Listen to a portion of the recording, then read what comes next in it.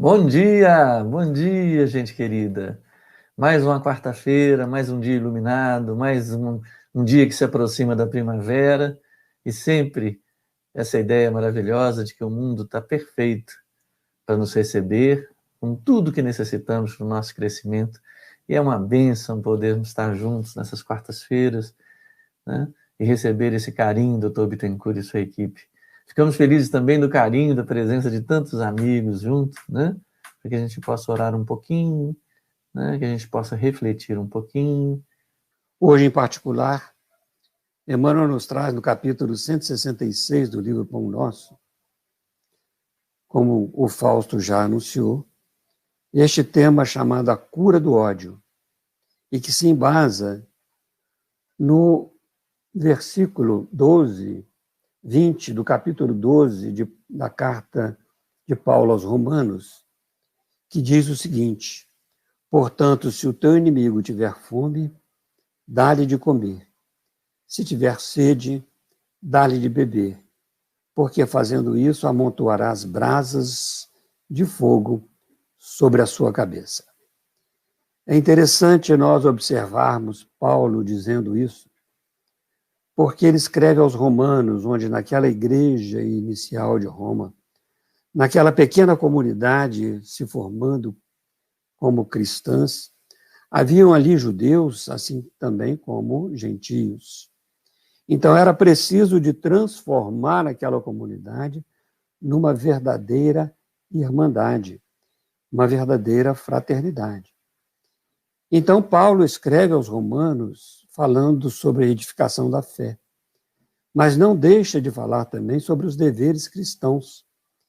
E nessa epístola aos Romanos, nesse capítulo 12, principalmente, ele traz essa necessidade de uns terem com outros uma série de situações que pudessem constituir, na realidade, uma verdadeira fraternidade. Então ele vai falando sobre os deveres cristãos e diz assim: abençoe aqueles que os perseguem, abençoe, não os amaldiçoe. Alegrem-se com os que se alegram, chorem com os que choram. Tenham uma mesma atitude uns para com os outros, não sejam orgulhosos, mas estejam dispostos a associar-se a pessoas de posição inferior. Não sejam sábios aos seus próprios olhos. Não retribuam ninguém mal por mal, procurem fazer o bem, procurem fazer o que é correto aos olhos de todos. Façam o que é possível para viver em paz com todos. Amados, nunca procurem vingar-se, mas deixem com Deus a ira, pois está escrito: minha vingança eu retribuirei, diz o Senhor. Pelo contrário, se o seu inimigo tiver fome, dê-lhe de comer. Se tiver sede, dê-lhe de beber. Fazendo isso, você amontoará brasas vivas sobre a cabeça dele. Não se deixem vencer pelo mal, mas vençam o mal com o bem. Veja como Paulo trata este assunto. Para que entre eles não houvesse animosidades, para que não houvesse mágoa nem ira, para que aquele momento ali fosse sempre um momento fraternal. E quando ele diz um pouquinho atrás, no versículo 19, amados, nunca procurem vingar-se, mas deixem com Deus a ira, pois está escrito: minha vingança eu retribuirei, diz o Senhor. Ele dá a eles a ideia de que toda a lei está escrita na consciência. Porque Deus, que é o amor, jamais se vingará. Mas o que acontece conosco é esta nossa punição dos nossos desvios em relação à própria lei.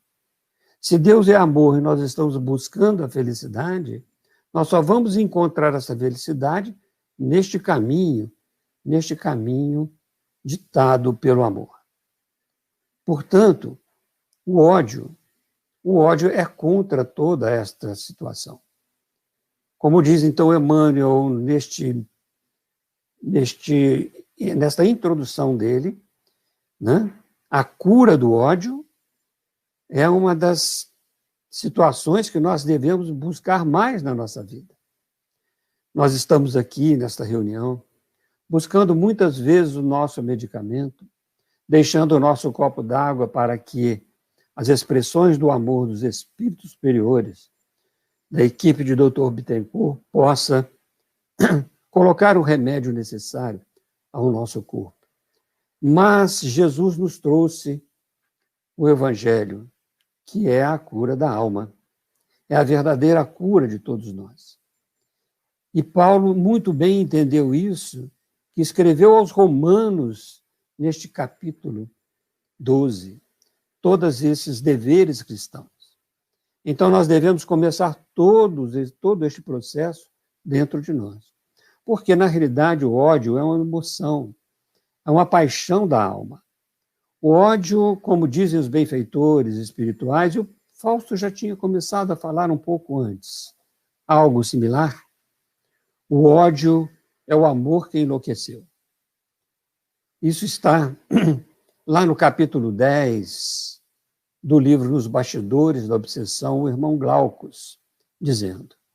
Também esta mesma frase é atribuída a Victor Hugo, o ódio, o amor que enlouqueceu de mágoas, completa Victor Hugo. Então, veja só,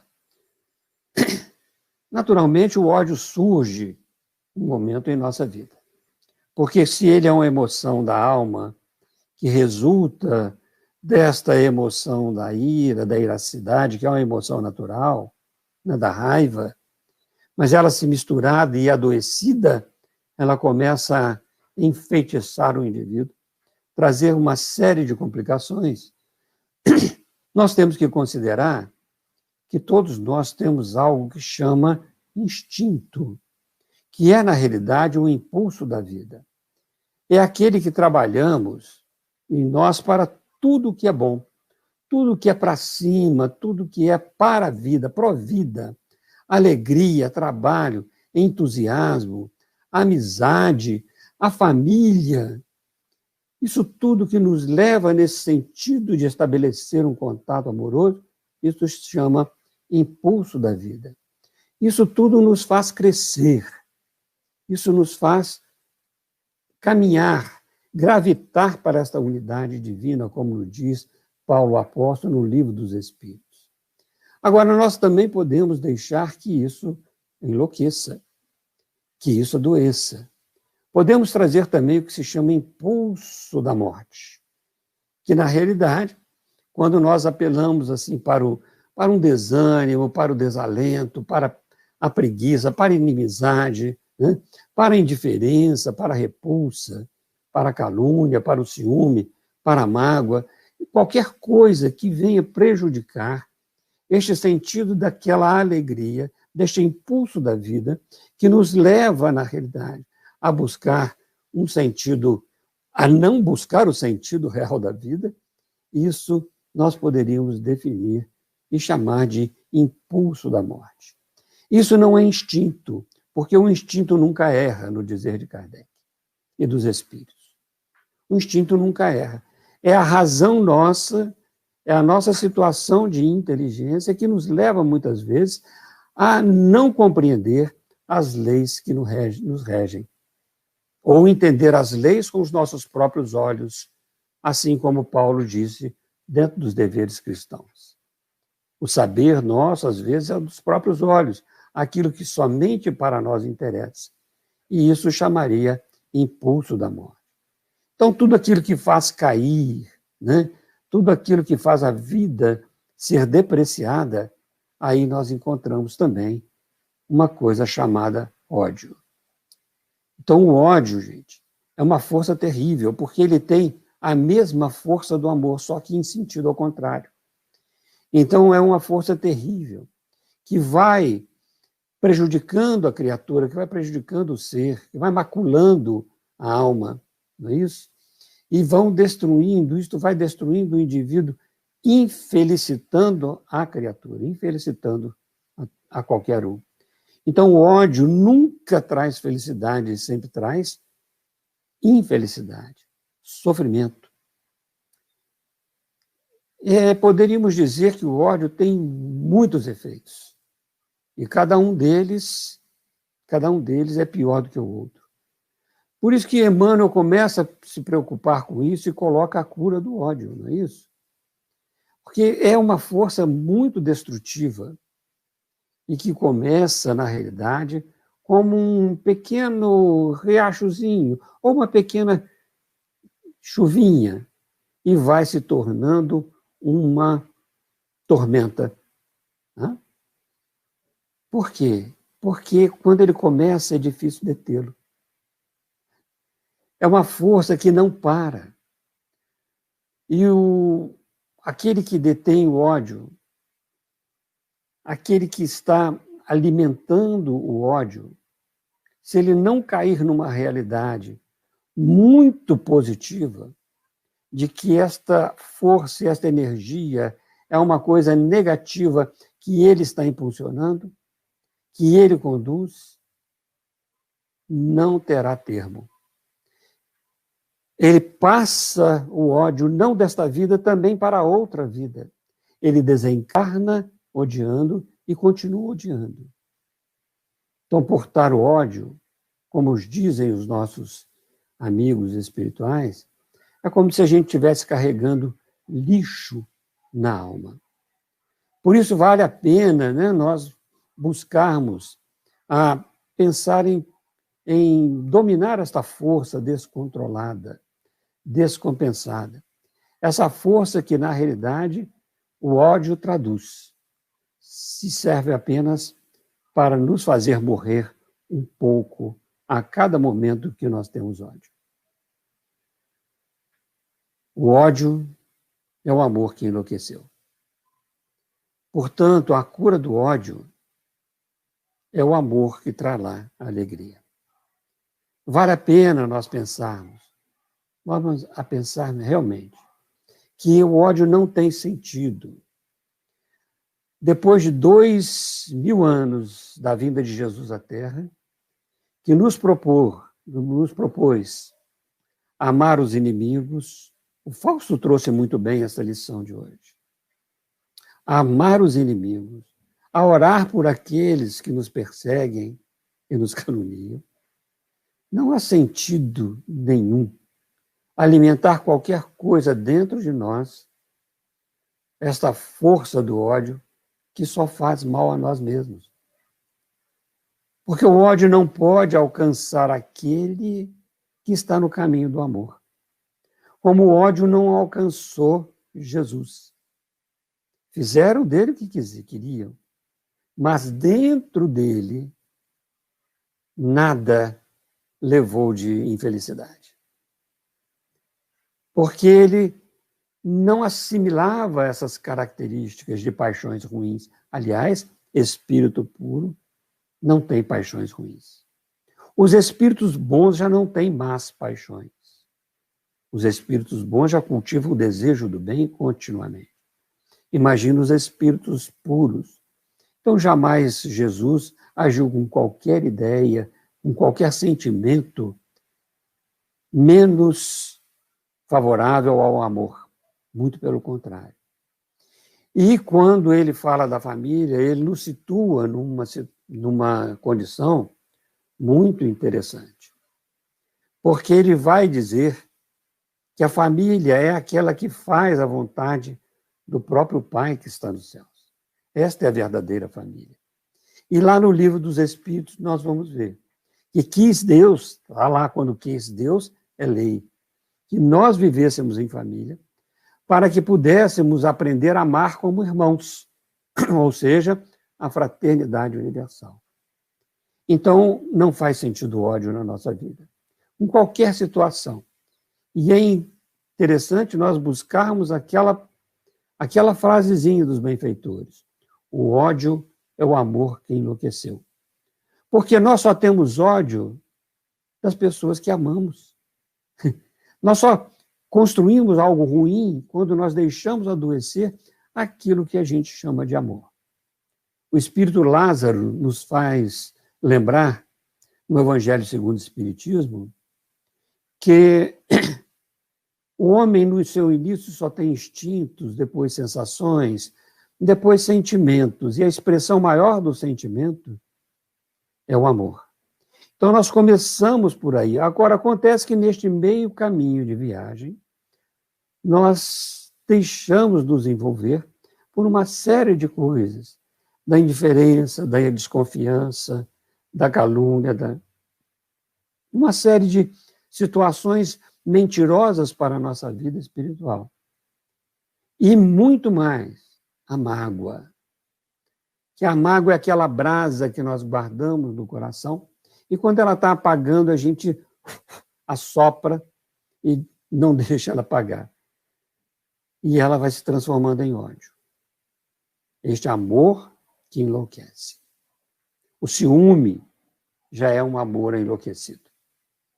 E assim, Emmanuel vai então nos colocar que é necessário ter a cura do ódio, promover em nós a cura do ódio, porque se o amor é a expressão máxima da caridade, ou seja, desta aproximação com Deus, o ódio é a expressão máxima que nos afasta da divindade. A divindade nunca se afasta de nós, mas nós nos afastamos da divindade. E nós temos que procurar o máximo possível cumprir aquele grande mandamento. Porque para nos aproximarmos da divindade, é preciso que nós nos aproximemos do outro e aproximemos-nos de nós mesmos. O amar a Deus sobre todas as coisas e ao próximo como a si mesmo, é esta condição que nós levamos para que nós possamos aprender a caminhar com Jesus, com os benfeitores espirituais que nos assistem, a caminhar para esta unidade divina. Para isso, nós precisamos realmente de aprender a dominar as nossas emoções ruins, as nossas paixões más, para que elas não nos dominem. E quando nós estamos encarnados, é aqui que nós assim o fazemos. Então, Emmanuel agora vai construindo para nós algumas coisas e nós vamos conversando, né, a partir deste tema, a cura do ódio. Então, vamos lá. O que Emmanuel começa a nos dizer? Ele diz o seguinte: o homem, geralmente, vamos aqui passar aqui o nosso slide, né? O homem, geralmente, quando decidido ao serviço do bem, encontra fileiras de adversários gratuitos por onde passe, qual ocorre a claridade, invariavelmente assediada pelo antagonismo das sombras. Então, ele começa a nos dizer exatamente a respeito disso, né? Essa situação em que nós nos apresentamos, decidido à renovação, decidido ao serviço do bem, porque já compreendemos que não vale a pena. É aquilo que o Paulo nos disse: servir, dar de comer àquele que nos prejudica, dar de beber, fazer o bem independentemente de buscar a reciprocidade dos outros. Então, o homem, quando nós nos decidimos realmente ao serviço do bem, nós não vamos só encontrar estas rosas bonitas que nós fomos abençoados com elas, mas nós vamos ter que passar pelos espinhos. Porque aí está a nossa oportunidade de edificar virtudes. Nós não edificamos virtudes apenas junto com os companheiros de mesmo ideal. Não. Nós temos que aprender a amar a todos fraternalmente. Então, vamos encontrar fileiras de adversários gratuitos por onde passamos. qual ocorre a claridade invariavelmente assediada pelo antagonismo das sombras. Mas nós nunca vimos a sombra vencer a luz. Muito pelo contrário. Sempre a luz é que clareia as sombras. As trevas podem não conhecer a luz, mas a luz permanece e clareia as trevas. Então, quando nós abrimos essa nossa oportunidade de trabalho no bem, às vezes nós vamos encontrar, e vamos encontrar realmente, fileiras de adversários. Essas fileiras de adversários, não só os encarnados, mas também os desencarnados. Por isso que Emmanuel vai dizer, às vezes, porém, seja por equívocos do passado ou por incompreensões do presente, é defrontado por inimigos mais fortes que se transformam em constante ameaça à sua tranquilidade. Onde é que nós vamos encontrar esses inimigos que ameaçam a nossa tranquilidade de uma forma assim mais intensa? Nós vamos encontrá-los nas ruas, na China, no Japão, na Índia, na Indonésia? Não. Nós vamos encontrar dentro do reduto de nossas relações. Muito mais dentro do reduto familiar. Por quê? Porque nós vamos ter que reconciliar com os nossos adversários, que é lei, que é aquilo que é uma situação que Jesus nos coloca no imperativo. Reconcilia-te com o teu adversário enquanto estás a caminho com ele, para que as coisas não se processem de forma pior, né? Então, por equívocos do passado, nós podemos trazer ao nosso reduto doméstico as nossas relações, aqueles que nós os transformamos de nossos inimigos, por causa de nossos erros, por causa do nosso ódio alimentado, por causa das vinganças que queríamos trabalhar, proceder antes, ou nós o fizemos, as traições, as mentiras, as calúnias, tudo aquilo que nós chamamos anteriormente de impulso da morte, fez com que essas relações se transformem em constante ameaça à nossa tranquilidade. Porque é muito bom nós vivermos no meio daqueles que nos amam.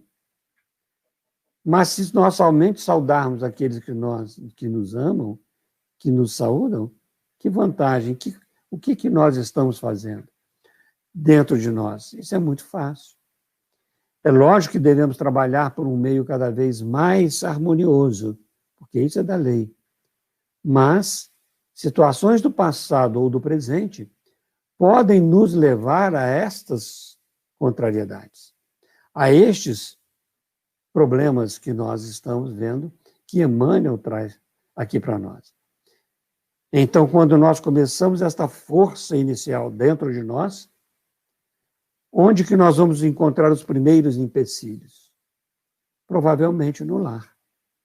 É aquele esposo que não compreende a esposa, que está querendo, na sua reforma da vida, fazer um bem, trabalhar numa situação de voluntariado, trabalhar em benefício dos outros, fazer um estudo que seja não um estudo acadêmico, mas um estudo da filosofia espírita, o estudo do evangelho, que está começando e logo em seguida começam, às vezes, as reclamações daquele indivíduo que ainda não compreendeu a mensagem de Jesus. E começam, então, as encrencas, que nós chamamos. Por ciúme ou por despeito, né? Ele começa a fazer isso, a interromper, a querer interromper este processo de crescimento. Também pode ser aquela esposa ciumenta, em que quando o marido começa a ter as suas atividades, junto com um agrupamento que pode lhe fornecer, trabalhar para que ele ofereça-se ao serviço do bem, ela começa o ciúme. Mas, de novo, Para que você vai todo dia naquele local? Lá no Manuel Felipe Santiago. Quem você está encontrando lá? E começam essas forças antagonistas. Mas nós não sabemos o que nós fizemos no passado para merecermos agora esta situação de desconfiança, de descrédito.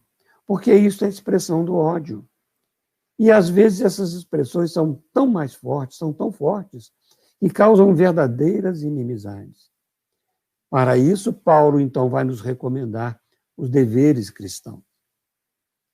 E nesta recomendação dos deveres cristãos está exatamente aquele momento em que ele diz, como está no subtítulo de Emmanuel, portanto, se o teu inimigo tiver fome, fome de quê? Fome de comida? Ou fome de carinho, fome de compreensão? Dá-lhe de comer. Dá-lhe de comer nesse sentido da compreensão, do carinho, do respeito. Se tiver sede, dá-lhe de beber. Porque a sede, muitas vezes, representa a ignorância.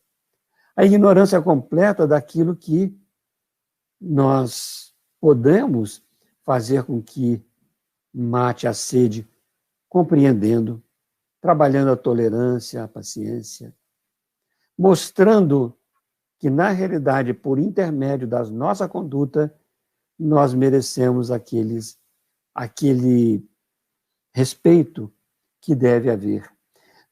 Nós estamos colocando o cônjuge assim para ficar mais fácil, mas isso acontece com os filhos, com os pais. Não é à toa que Jesus veio nos trazer, né? Porque aquele que quer, na realidade, sair de si para o mundo, para o bem no sentido geral, ele vai encontrar seus inimigos. E os próprios familiares serão seus inimigos. Mas Jesus disse no capítulo 10 do Evangelho de Mateus. Não vim trazer a paz, mas a espada. Eu vim colocar o homem contra o pai, o filho contra o pai, a filha contra a mãe, a nora contra a sogra. Veja, todo este propósito nosso de renovação do homem novo encontra repercussão no nosso homem velho, o pai. Toda a repercussão dos nossos sentimentos novos para o bem encontra ressonância em nossa alma dos sentimentos antigos. Mas como nós convivemos em situações de comunidade, isto nos faz com que aquele que não nos reconhece, ou se nos vê como inimigo, damos a ele o de comer, o sustento da alma, e damos a ele o de beber. É aquela fonte de água pura que Jesus nos traz, que jamais deixará alguém no sentido jamais deixará alguém com sede. Porque quando nós começamos a dar esses exemplos, o que vai acontecer? Amontoarás brasas de fogo sobre a sua cabeça. Quando nós começarmos a ter este campo de trabalho de paciência, de tranquilidade, essas brasas de fogo vão chegar, na realidade, à consciência de cada um. Por isso que ele diz, não vim trazer a paz, mas a espada. Então, neste sentido de renovação para o bem, os primeiros que nós vamos encontrar como elementos de antagonismo é do próprio lar. Não resta a menor dúvida, gente. É na convivência familiar. Nós podemos ter certeza disso. Agora, quando nós conseguimos harmonizar isso, teremos outros desafios. Não é? Porque não só esses desafios aparecem no mundo físico, mas também no mundo espiritual. E contar com o inimigo desse Jaez, disse ele para nós, é padecer dolorosa enfermidade no íntimo, quando a criatura ainda não se afeiçoou a experiências vivas do Evangelho. Então, veja, não são eles que são ruins, somos nós que trazemos estas enfermidades na nossa intimidade, que precisamos trabalhar a cura. E a criatura, tanto nós como eles, ainda não nos afeiçoamos bastante ao Evangelho. Porque o Evangelho é a cura de todos os males. E uma vez curada a alma, o corpo reflete esta cura. Teremos mais saúde, mais tranquilidade, mais paz. Com certeza viveremos melhor. Então, dentro disso, né, nós não precisamos de tantos inimigos do lado de fora. Já temos esses inimigos que nós convivemos com eles. Que nós não sejamos, né, esses inimigos. Esta é a grande proposta. Que a cura primeiro se faça dentro de nós. Então, não podemos ser estes inimigos. Mas podemos aceitá-los como um processo de reconstrução deste amor que enlouqueceu. Quase sempre, o aprendiz de boa vontade, diz Emmanuel, desenvolve o máximo das próprias forças a favor da reconciliação. No entanto, o mais amplo esforço parece baldado, fracassado. A impenetrabilidade caracteriza o coração do outro e os menores gestos de amor passam por ele despercebidos.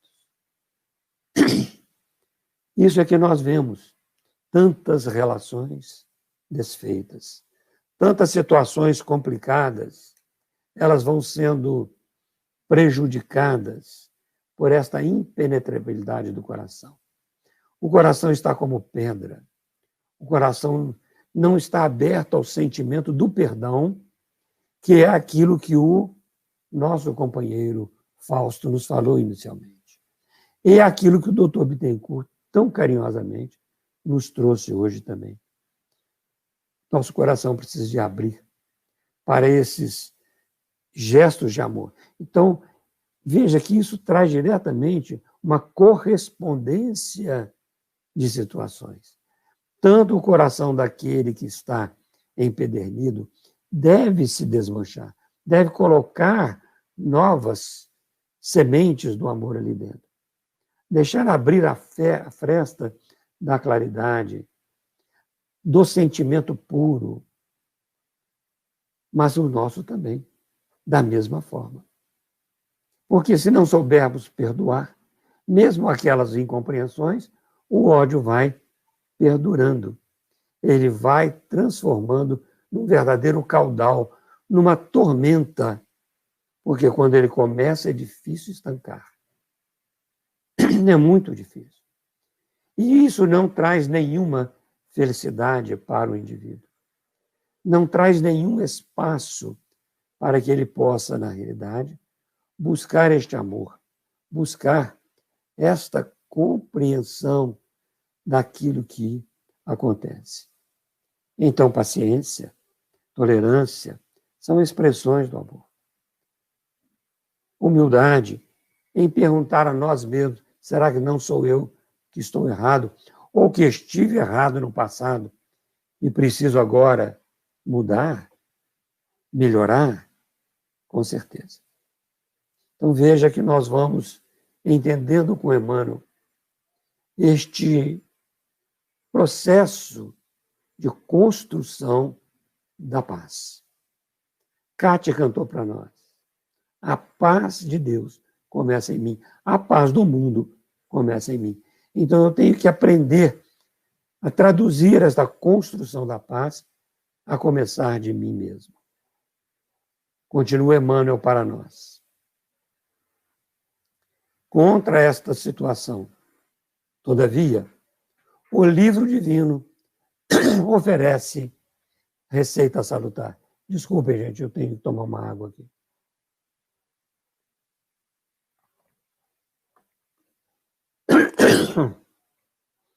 Contra esta situação divina, todavia, o livro divino oferece receita salutar. Não convém agravar atritos, desenvolver discussões e muito menos desfazer-se a criatura bem-intencionada em gestos bajulatórios. Espere-se pela oportunidade de manifestar o bem.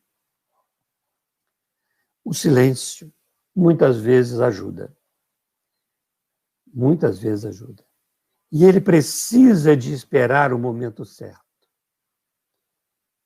Eu me recordo de muitas coisas que já nos aconteceram. De situações em que aquela ira inicial, aquele nervoso, aquela vontade de dar aquela esganada no indivíduo, ela começou dentro da gente. Mas, felizmente, tivemos que deixar o tempo fazer assim, a devida construção da tranquilidade, aqueles ânimos iniciais, essa emoção fervilhante, aplacar um pouco, a fim de que nós tivéssemos condições, até mesmo, de conversar. Isso já não foi só uma vez. E não é à toa que Santo Agostinho vai nos recomendar. Quando essas emoções estiverem fervilhando, ele diz que a prece é o orvalho divino que aplaca o calor excessivo das paixões. Então veja que nós já estamos no Evangelho. Orar pelos inimigos, não é isso? Convém não agravar atritos. Isso Jesus nos ensinou. Isso Paulo falou para não deixar atritar-se uns com os outros. Desenvolver discussões. Porque a discussão, aquele que quer impor a sua ideia, é orgulhoso. É fruto do orgulho. Ele não quer se deixar, até mesmo, construir com a ideia do outro, mesmo que ela não seja, dentro da sua análise, a correta. Então, agravar atritos nunca é conveniente. No momento em que isso vier até nós, oremos. Este orvalho divino vai aplacar este calor excessivo das emoções ruins. E aí nós vamos conseguir equilibrar. Discutir para aprender sempre é conveniente, mas desenvolver discussões para que possa convencer o outro, isso não é conveniente. Até mesmo quando nós estamos convictos da fé que nós professamos. Porque se nós queremos que o outro tenha esta convicção, é preciso de brandura e é preciso de persuasão. Há argumentos no momento certo. No momento certo. Porque não adianta também ficar bajulando o outro. Não, é preciso de colocar as coisas com tranquilidade. Não elogiar quando não tiver elogio. Só para agradar, isso é verniz social. Não é o verdadeiro sentimento. Então, não precisamos disso. Nós temos que desenvolver a virtude do amor, que começa por desenvolver em nós virtudes menores, né? Então, esperar uma oportunidade de manifestar o bem. Porque, às vezes, a pessoa não está preparada para aquilo. Então, é o respeito à condição do outro. Se não começarmos pelo respeito, onde é que estará o amor? Essas são situações que os Espíritos vão nos ensinando. É o esperar o momento certo, com paz, com tranquilidade. Não é isso? Então, vamos lá. Emmanuel continua dizendo: desde o minuto em que o ofendido esquece a dissensão e volta ao amor, o serviço de Jesus é reatado. Entretanto, a visão do ofensor é mais tardia e, em muitas ocasiões, somente compreende a nova luz quando esta se lhe converte em vantagem ao círculo pessoal. Este minuto em que o ofendido esquece essa dissensão. Ou seja, se nós somos os ofendidos, porque nós queremos o bem e o outro nos perturba, tanto faz ser encarnado como desencarnado, certo? Porque o ódio não termina com a vida física. Nós temos inimigos no plano espiritual. que perturbam nessas situações. Então, no momento em que nós esquecemos essa dissensão e voltamos ao amor, o serviço de Jesus é reatado. O que é o serviço de Jesus?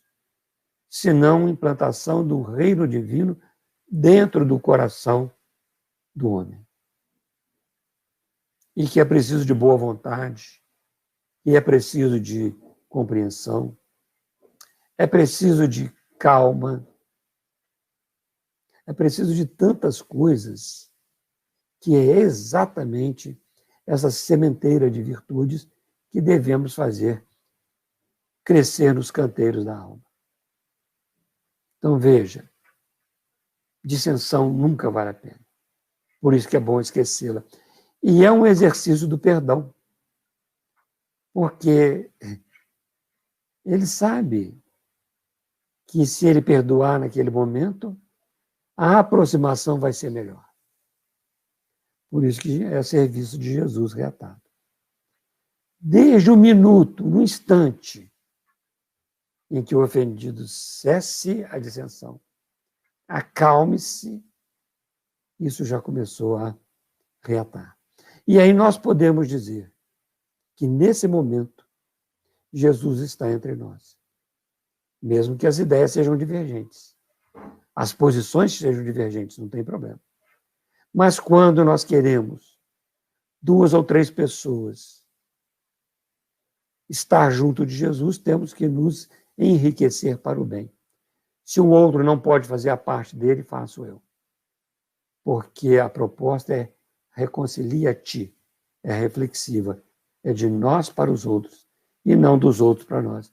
E aguardar o tempo, porque o tempo vai arrumar essas coisinhas que aparentemente estão desarrumadas. E desarrumadas por sérias questões anteriores ou desta própria existência. Mas ainda temos os companheiros espirituais. Esses inimigos que nós esquecemos, que estão no mundo espiritual e que, por um defeito de nossa parte, por uma fraqueza nossa no passado, eles começaram a nos odiar. E eles não deixam de odiar porque desencarnaram. Por isso, também nessas circunstâncias, nós devemos esquecer muito mais as ofensas, esquecer a dissensão. Porque senão nós damos margem também a processos obsessivos, em que estes companheiros espirituais, ainda equivocados em relação ao amor, que o seu ódio é este amor que enriqueceu, porque só ferimos, na realidade, quem nos ama e quem nós amamos.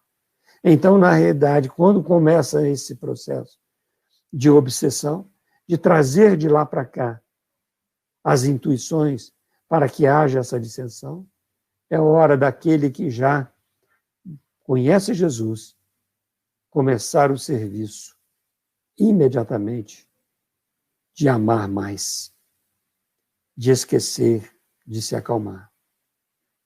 Agora, a visão do outro nós não podemos exigir. Às vezes é mais tardia, às vezes tem que ter um impulso maior da vida para que ele busque, às vezes até mesmo pelo sofrimento, a situação de aprender a amar.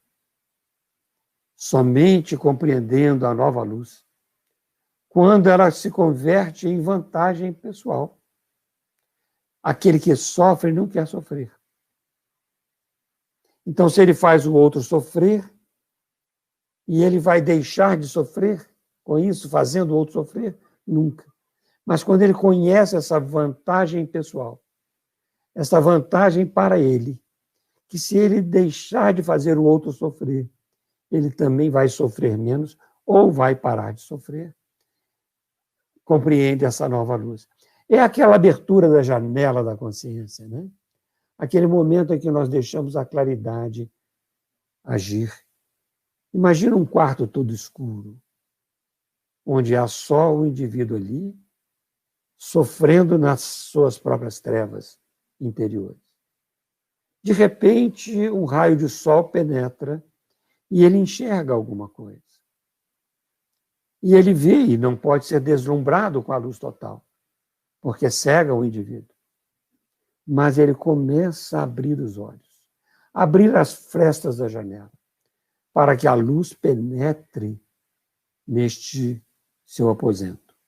É assim que acontece com o Evangelho em nós. Quando nós sentimos que essa luz nos traz um conforto pessoal, uma vantagem para nós começamos a abrir a janela. E abre tanta janela que a claridade cada vez entra mais. Foi o que aconteceu com o próprio homem de Tarso. No momento em que ele viu a luz, porque ele já era um espírito preparado, mas estava no orgulho ainda firme do rabino judeu. Então ele estava naquele orgulho, naquela sua vaidade de ser o detentor da verdade, com todas as dissensões que havia no momento em que ele cai ao solo, perde aquela visão, mas vê a visão do Cristo. Deixa que a luz do Cristo entre na janela da sua alma. E aí ele vê quanto cego ele estava. Precisava de tirar essas escamas. Por isso é que ele diz, Emmanuel vai dizer para nós aqui, a visão do ofensor é mais tardia. Se nós já temos essa visão, nós precisamos deixar cair as escamas para que esta visão do ofensor mais tardia chegue com tranquilidade e paz para ele. Sem exigir do outro. Porque a própria lei, como nós vimos lá no Evangelho, na carta de Paulo, a lei o faz. A lei faz, com certeza. Um dia ele vai deixar abrir essa janela. Esta compreensão da nova luz que clareou Paulo e que clareia a nós todos os dias. Emmanuel, então, vai encerrar com esta frase maravilhosa, né? Que ele fala do discípulo sincero do Cristo. Um discípulo sincero do Cristo liberta-se facilmente dos laços inferiores. Mas o antagonista de ontem pode persistir por muito tempo no endurecimento do coração. E, inclusive, gente, no mundo espiritual. Para isso é necessária tantas encarnações até que nós nos compreendamos e aprendamos a amar-nos como irmãos. Eis o motivo pelo qual dar-lhe todo o bem no momento oportuno, no momento em que ele tiver sede, no momento em que ele tiver fome,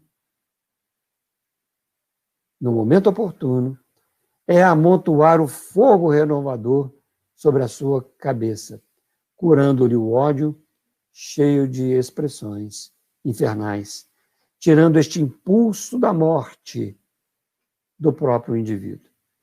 Então é preciso que a gente tenha este compromisso com Cristo, como discípulo sincero do Cristo, para nos libertar e libertar os laços que nos prendem a situações inferiores. Mas ele, o antagonista, aquele que ainda nos odeia, aquele que ainda nos persegue, pode persistir. E é a respeito da nossa parte não violentar sua consciência, porque ele mesmo vai sentir. Não adianta nós querermos transformar os outros, mas quando ele tiver fome, dar de comer. Quando ele tiver sede, dar de beber. Quando ele tiver fome do conhecimento, dar-lhe o conhecimento. Quando ele tiver sede do amor, dá-lhe o amor. É isso que Jesus nos ensina. Ele não veio um tempo antes e não veio um tempo depois. Ele veio no tempo certo. Da mesma forma, o Espiritismo. Ele não veio um tempo antes e nem um tempo depois. Ele veio no tempo certo da humanidade. Como essas grandes mensagens surgem para toda a humanidade no tempo certo, a nossa mensagem em relação aos nossos companheiros de estrada devem também surgir no tempo certo. Mas não esqueçamos que se recebemos aquele pacotinho dentro da nossa casa, presente de Deus, que nos faz lembrar tudo aquilo que nós devemos fazer para que eles possam ser pessoas de bem, esses pacotinhos chamados filhos, na realidade, são aqui muitas vezes aqueles companheiros do passado que nós deixamos de trabalhar com eles para o bem e hoje nós estamos recebendo para que aprendamos a amar, para orientá-los no caminho desde cedo, desde a tenra idade, a fim de que eles possam deixar que esta nova luz entre em suas almas. Então, eis motivo, realmente, como fala Emmanuel para nós, pelo qual deveremos dar-lhe todo o bem, no momento oportuno, que pode ser até na reencarnação. Pode ser até na reencarnação. Mas no momento oportuno e a todo momento, nós podemos dar-lhe a prece, a compreensão, o nosso silêncio, o recolhimento das lições da vida em nós. E com isso, esses companheiros, ainda equivocados, que alimentam o ódio em si, terão este fogo renovador da lei divina e natural nas suas próprias consciências, sobre a sua cabeça, como diz Emmanuel, curando o ódio cheio de expressões infernais. Que nós possamos começar hoje, se é que temos alguma mágoa, se é que não conseguimos perdoar ainda, se é que temos ciúmes, se é que temos estas séries de paixões que levam o indivíduo a nós mesmos, né?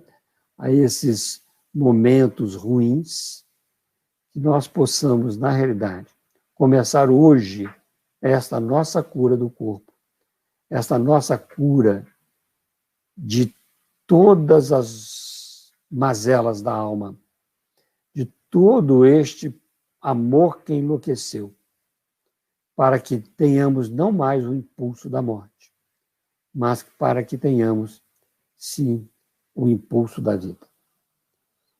Então, meus amigos, deixamos aí, viu, Theo, esse nosso momento, né?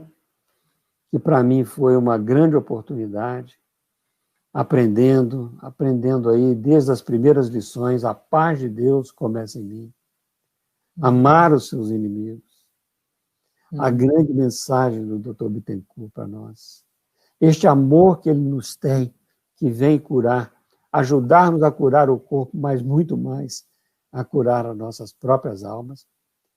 A você que nos dá essa oportunidade de estarmos juntos aqui, né? Patrícia que nos convidou, tantos corações queridos aí que nos sustentam neste momento de reflexão. Nós queremos agradecer de coração aos benfeitores espirituais que estiveram aí conosco, nos orientando. Valdemar, nós que agradecemos muito, achamos as suas palavras assim super acolhedoras e queria aproveitar, dentro desse clima gostoso, chamar a Patrícia aqui, ó, para poder, junto com a Kátia, junto com o Fausto, para as pessoas conhecerem essa equipe que traz esse trabalho toda quarta-feira, né? E para estarmos juntos e pedir ao Fausto, né, para fazer a nossa oração de fechamento, viu? E agradecendo ao Valdemar, olha, agora você ficou cativo, viu? Né? Vocês podem lembrar que vai ter o Bigodão aqui falando também alguns dias, e vão ter os nossos queridos Carol, vai ter a Renata, vai ter o Renato, né? Vão ter as pessoas que têm falado aqui com a gente, que são muito bem-vindas, e entra para a equipe também agora o Valdemar, porque uma vez que a gente captura ele, a gente não deixa ele sair mais, não. Eu sou aquele peixe do anzol, né, meu cara? Fisgado estou, fisgado continuarei, e não relutarei contra a corrente, viu? Exatamente. Então vamos lá, gente, vamos pedir aqui o Fausto, então, para fazer a nossa oração de finalização, né? E nos encontramos na próxima quarta-feira com com essas vibrações tão maravilhosas. E carregamos hoje, assim, essas missões que nos chegaram, né? Vamos pensar bem nos ódios nossos, né? Nesse adoecimento, desse amor nosso, né?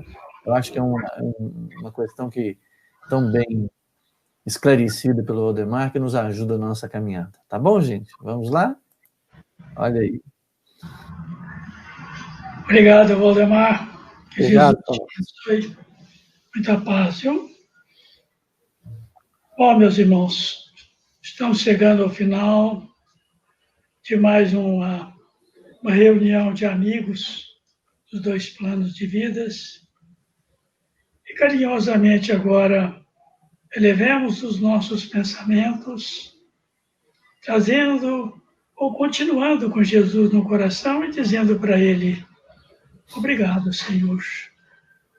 Obrigado pela oportunidade tão bonita, tão abençoada, de recebê-lo aqui nos nossos lares, através dos teus mensageiros, a equipe carinhosa do Dr. Bittencourt, que amamos muito, que o abraçamos, sentimos felizes e que agora possamos dar continuidade às nossas atividades, colocando em prática tudo aquilo que aqui foi dito, com muita presteza, com muito amor.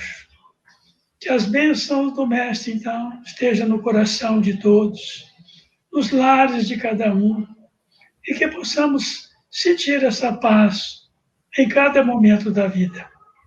Aonde formos, com quem estivermos, possamos levar essa suave alegria de ver o amor do próximo, manifestando sempre nos corações de todos aqueles que nós estivermos em contato.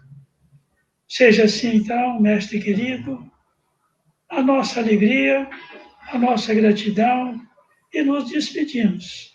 Um abraço e um carinho para todos. Que assim seja. Muito obrigado, muito obrigado.